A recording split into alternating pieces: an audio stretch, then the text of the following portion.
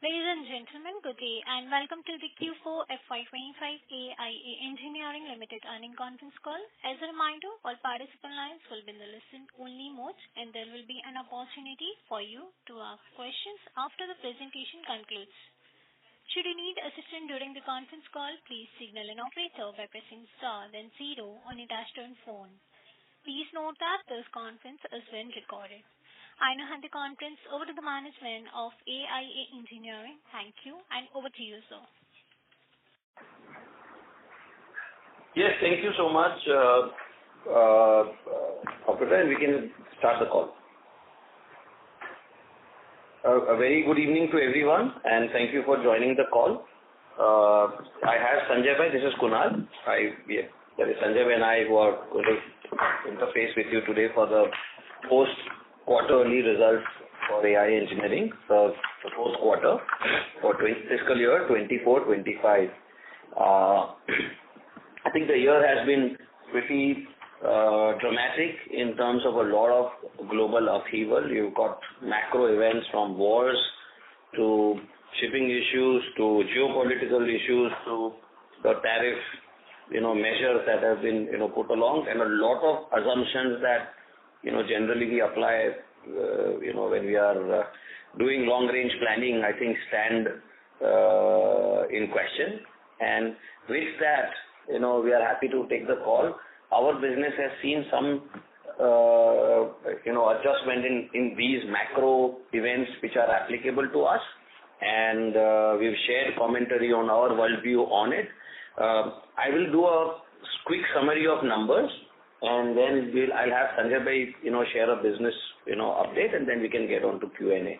But broadly, none of our macro directions, conversations change. I think we remain confident about the power of the solution that we have and the disproportionate consequence, it has for our customers.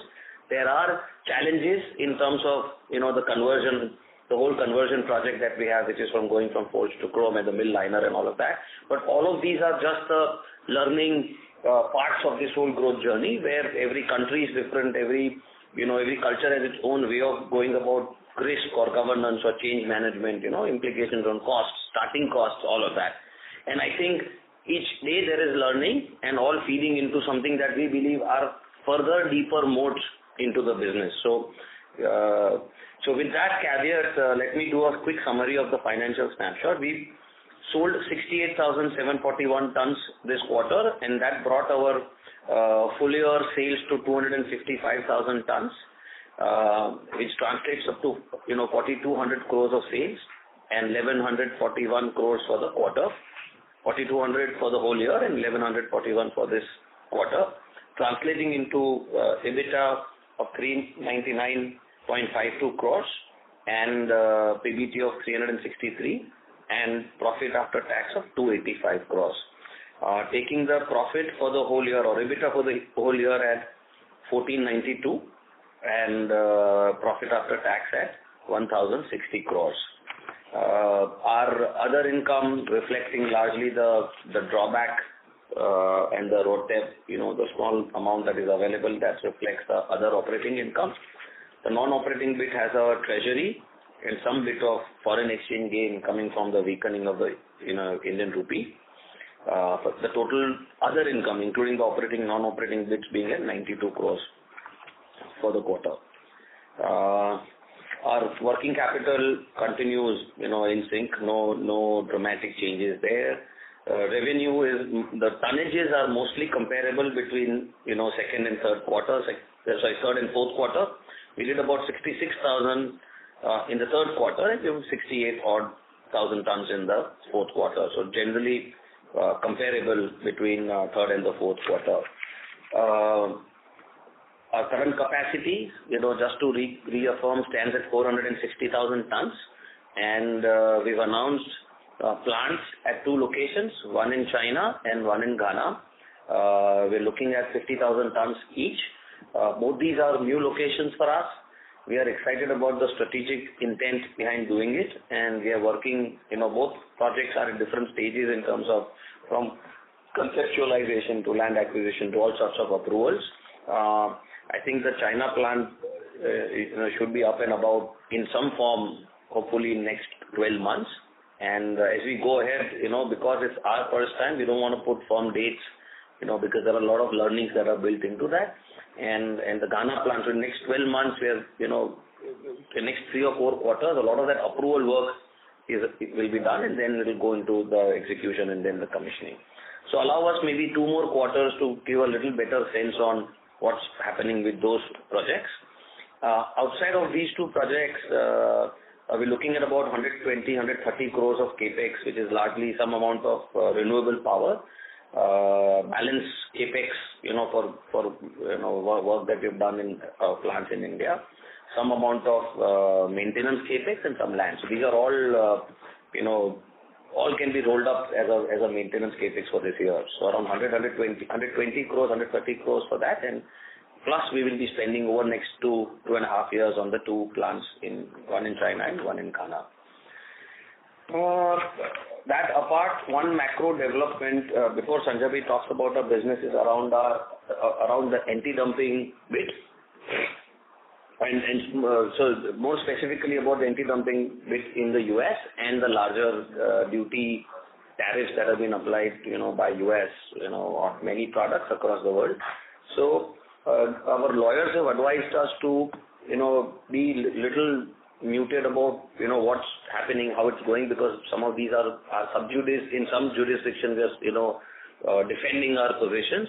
And a lot of what we say here is actually being used as transcripts, as inputs. And so, which is where all we will say right now is that, so for US, there is a dumping duty now applicable at 9.6%. Including CVD. Including CVD. There's a ADD and a CVD, both put together at 9% plus. And there is a tariff, our product falls under the Section 232 tariff. So there is a duty that's under that. As we speak, our business continues. Our customers are paying that duty, like a lot of US companies are for a lot of products.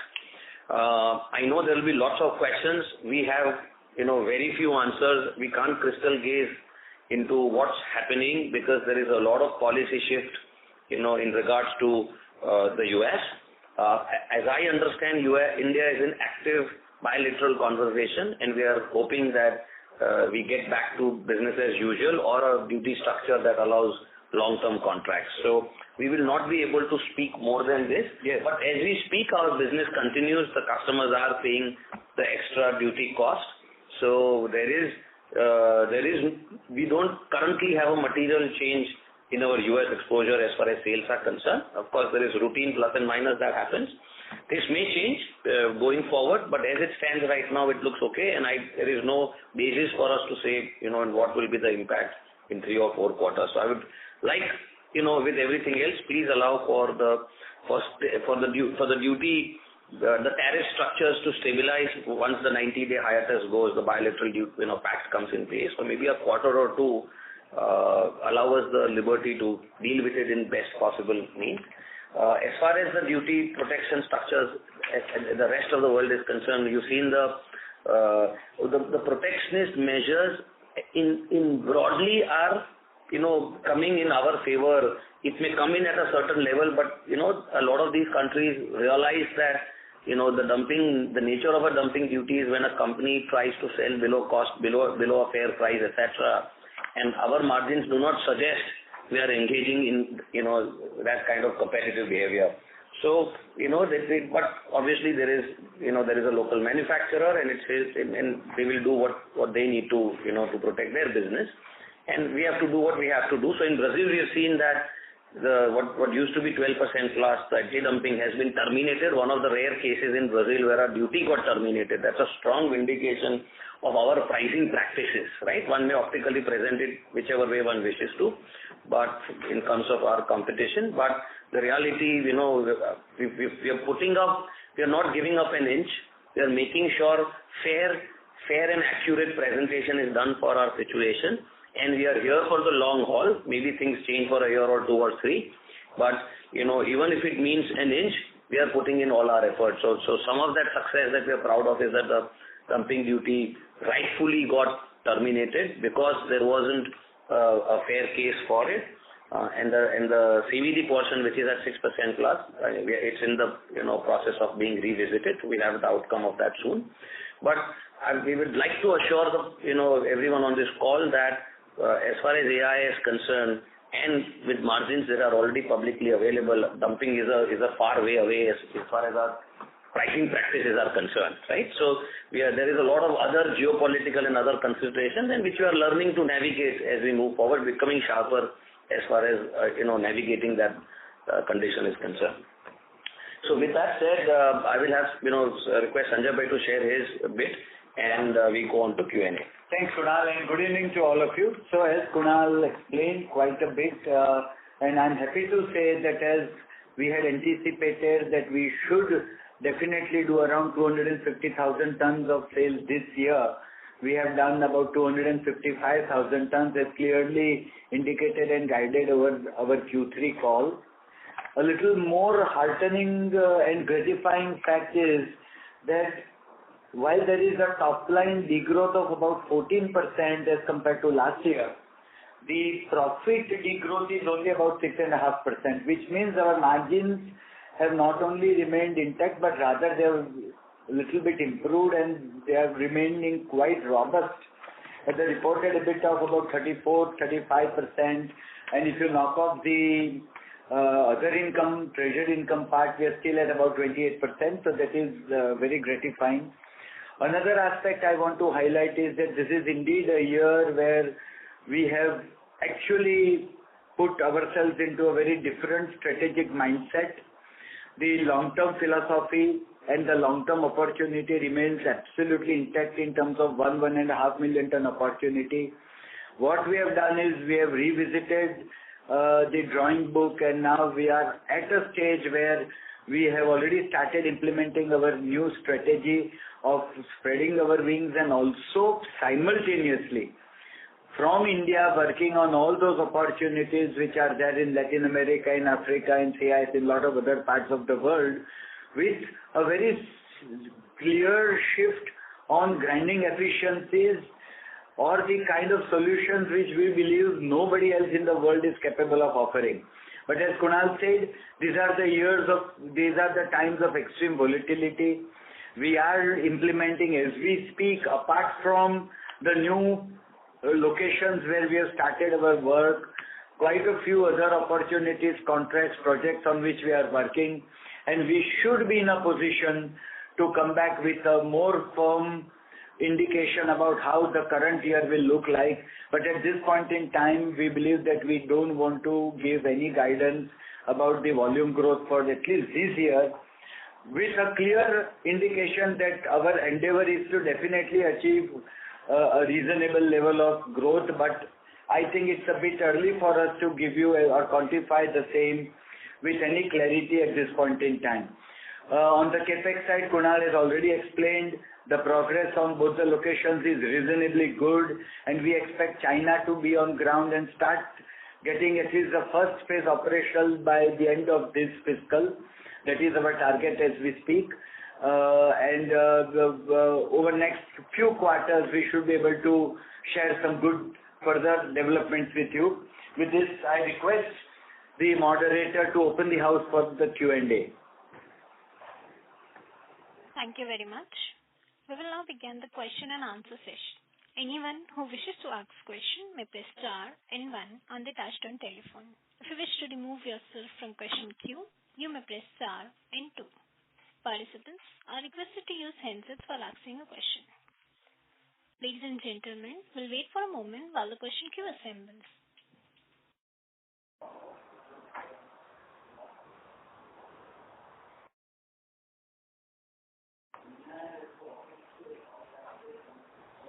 The first question is from the line of Bhumika from DAM Capital. Please go ahead. Yeah, good evening, Sanjay Bhai. Good evening, Kunal Bhai. Yes. So my first question is on the US anti-dumping duty which is being levied. So the total duty is 9.16. Is there anything apart from that in terms of base duties or anything else?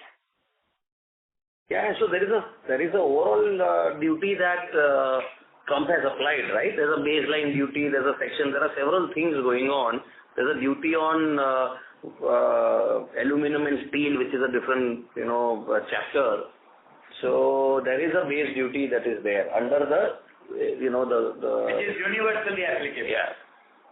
Absolutely. Yeah. Okay. And, so post this tariff, post this duty which came up and the tariffs which came up, one is, can you outline, call out what was FY25 sales to the US geography in million tons? And how are we seeing, I know you said that there hasn't been any drop in the volume so far, but if you can just get the FY25 volume numbers for US geography. Bhumika, there is, like I said, there's a lot more curiosity besides the investment fraternity about this information. US is an important market, but it is less than, I would say, 8-10% of the total volume. Broadly, I'm saying. Okay, so the materiality is there or not there, right? Either whichever way you look at it. And for now, the nature of the product is such that there is capability, there is extent, there is capacity, there are several things linked to it, right? So, I mean, except for one or two other countries where we have seen a different buying behavior, in US is a little different from that standpoint. Like I said, today the business continues. If it's continued today, we have visibility for a quarter or two ahead, because everyone in the US, forget a buyer of high chrome grinding media or liners or other products. Even someone importing grains has confusion on what's going to happen. So that's what I said, that rather than nitpicking and unpacking what's happening, let's just ride out next 2 quarters and we'll get exact clarity on what it is. It will be a little bit more imaginative and speculative on left or right and trying to, unpack it into smaller numbers. As long as business continues, we should be okay for now, right? And I will just add, our endeavor is to ensure our teams, everyone, we ensure that there is nothing materially lost in US. We still continue with more or less the same volumes.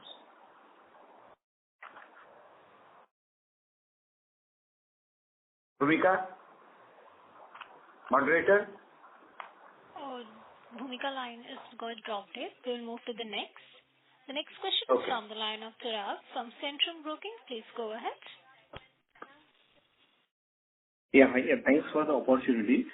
Sir, some updates. So last quarter, you had mentioned that we are working on some couple of large mines, and possibly if they can convert, there could be a 30,000-40,000 metric ton addition. So any update on that front, sir? We are working on several mines, and our endeavor continues. Okay. So, since in last quarter, we had mentioned that on the revised base of FY25, we could again start looking at 25 to 30,000 metric ton addition per annum. And now in the opening remarks, you mentioned that you would not like to give any volume outlook for FY26. So is it just a US uncertainty, or do you still see the momentum of conversion from forged to grinding media not recovering that fast?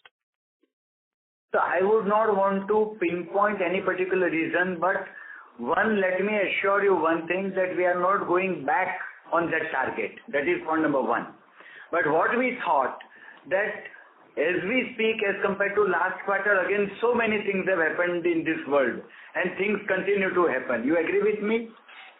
Correct? Yeah, correct. So while we are working on several fronts, and our endeavor is to ensure that our medium to long-term growth strategies remain intact and we become a predominant player in this industry, we felt that let us wait for a quarter or two and see how few things are unfolding before giving a specific growth target. But I am very clear, I am not going back on what I said last quarter. Okay. And that's happening. There should not be any other inference.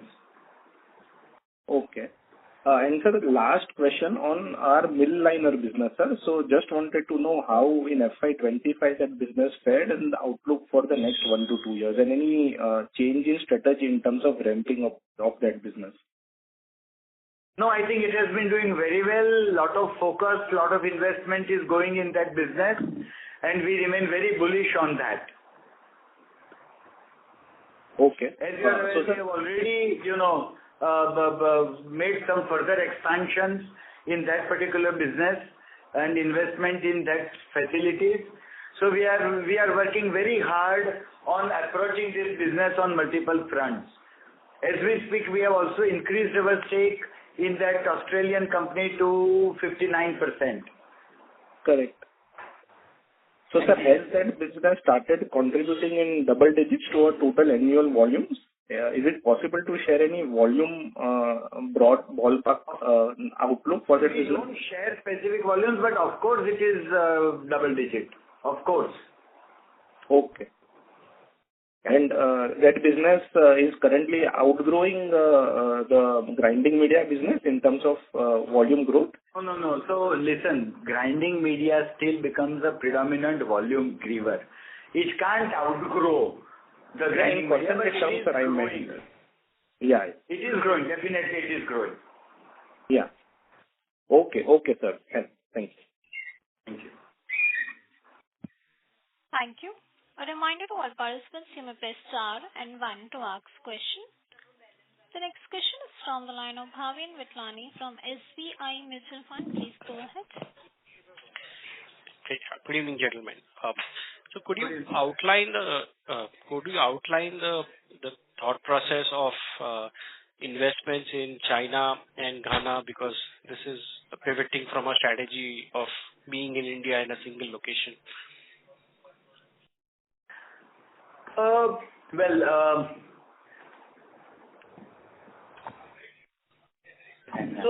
idea was that we've seen last 3 years, we've furthered our solutions in terms of the ability of our consequences. We've been hamstrung by a few things. One of the things has been freight, right? There's a large implication on the transit time. For example, when you're going to South America, it's almost a 80-day, 90-day transit time. On top of that, with the whole Red Sea thing that's been on for last 2 years, in between the China-US container thing, there is a little bit of freight anxiety that sometimes customers express, saying, the freight's going on from 1x to 3x, containers are unavailable at times, or the shipping time that it takes. What if there is a global event and where supply does not come in? So these are just conversations. These are not showstoppers, but these were regularly coming up to us. So we are trying to do things to say, how can I fasten our acceptance with the customer, right? So we are making small bets. We are not going with a whole monolithic plant. We are going to do it in a modular fashion. We are going to do it with a small capacity, see how that goes. So it is our attempt to see. So for our plants in China, for example, our transit times are half to everywhere in the world than what it is from India. Okay, and these are and most of our customers are mining customers where China already has a shipping corridor set up, right? So these are efficient shipping corridors to sail from at a cost that is generally half than what we see from India and half the shipping time. So that was one of the considerations to say, what else can we do so that our fortunes are not linked to this one variable that has been, which we thought after COVID. So 2 years of freight issues post-COVID. Then we saw about a year that things normalized. Again, when what happened with the Red Sea issues, the freight volatility came in. So this is one of our attempts to say, making a small bet to see whether, it changes the whole approach and the game to say, now I've got a capacity which can deliver and offer a better supply chain visibility, predictability, cost, from a shipping standpoint, etc. I think it is only from that standpoint. India continues to be the location. So if this is for our ability to break into a customer, give them the comfort, we'll see what happens from there, correct? The idea is that I've got a supernormal solution which can bring all these benefits to the customer, and it's taking a little more time. Could this be weighing on the customer's mind? Would this help facilitate, a faster, quicker conversion? This is our attempt to in that direction, and we are not betting the house for it. So that is the context. I'm sorry to harp here. When I look through this investment decision, it is in a country which has little or probably no respect to IPA. I don't think there is a debate on this beyond this. This is our strategic. This is what we are moving forward with, taking a small bet. Sure. I think it will be not good use of everyone's time to now, discuss a personal view. And I would love to take this offline, and I'm very happy to share, and we can go through this one-on-one after that. Fine. And the second thing is, if you could just help us understand how are the realization different for grinding media and mill liners? If you could give us a little ballpark in terms of indication, that would be helpful. Yeah, so realization the way we look at it is we've got grinding media as one category of products and non-grinding media as another category, right? So mill liners are part of the non-grinding media category. We've got vertical mill parts, we do quarry parts, we do castings for cement mills, right? So there is about a 12-13 suite of products that we do under the non-grinding media, and that overall is about 30% of the volume, broadly I'm saying. 25% by volume comes over there.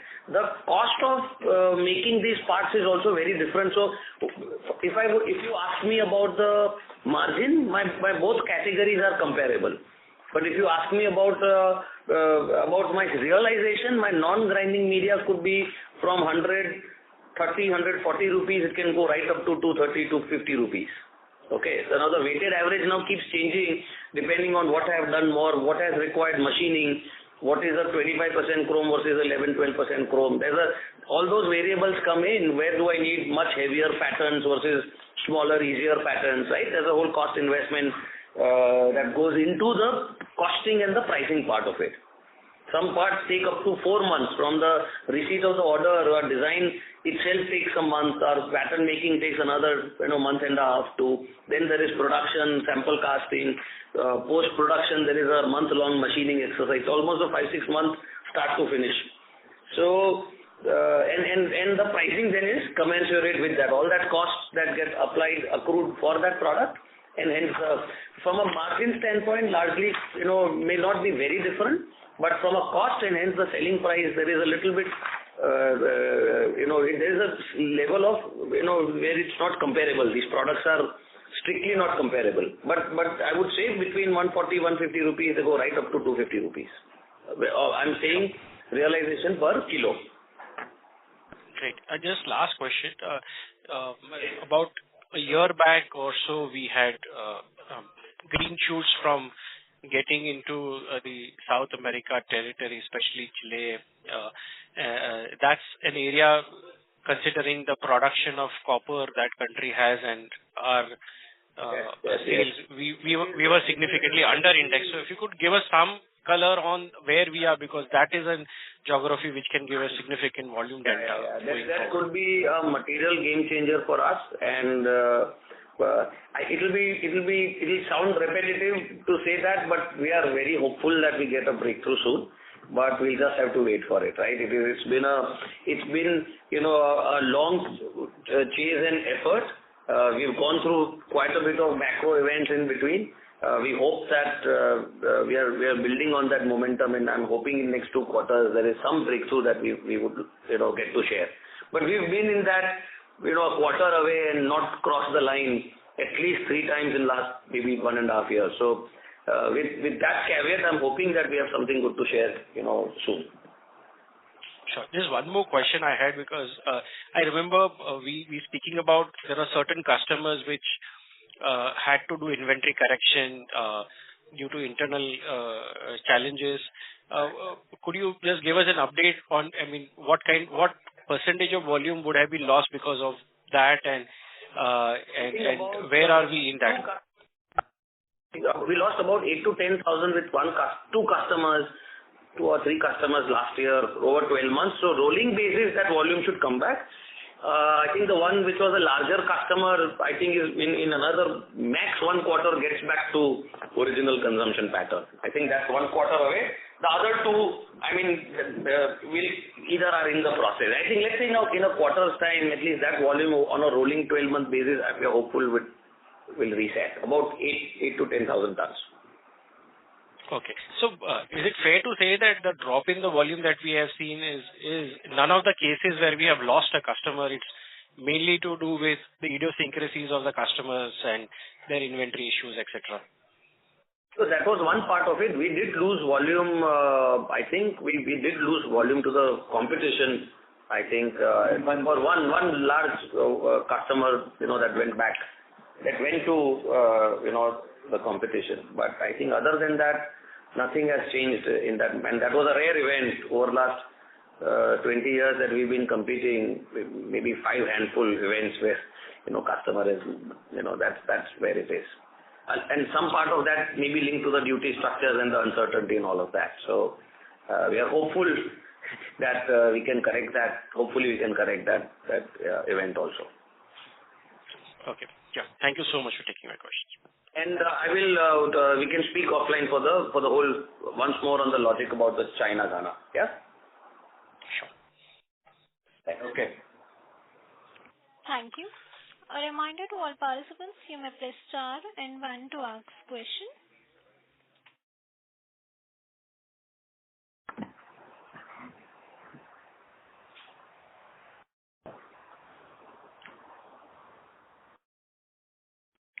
Participants may press star and 1 to ask question.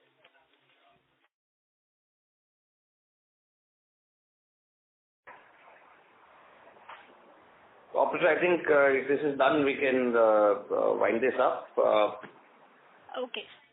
As there are no further questions from the participants, I now have the conference over to the management for closing comments. Over to you, sir. Thank you. Thanks everyone for staying on the call and hearing us. And as usual, Sanjay and I continue to remain available for any questions offline. Thank you. Thank you very much. Have a good evening. Thank you. On behalf of AIA Engineering Limited, that concludes this conference. Thank you for joining us, and you may now disconnect your lines. Thank you.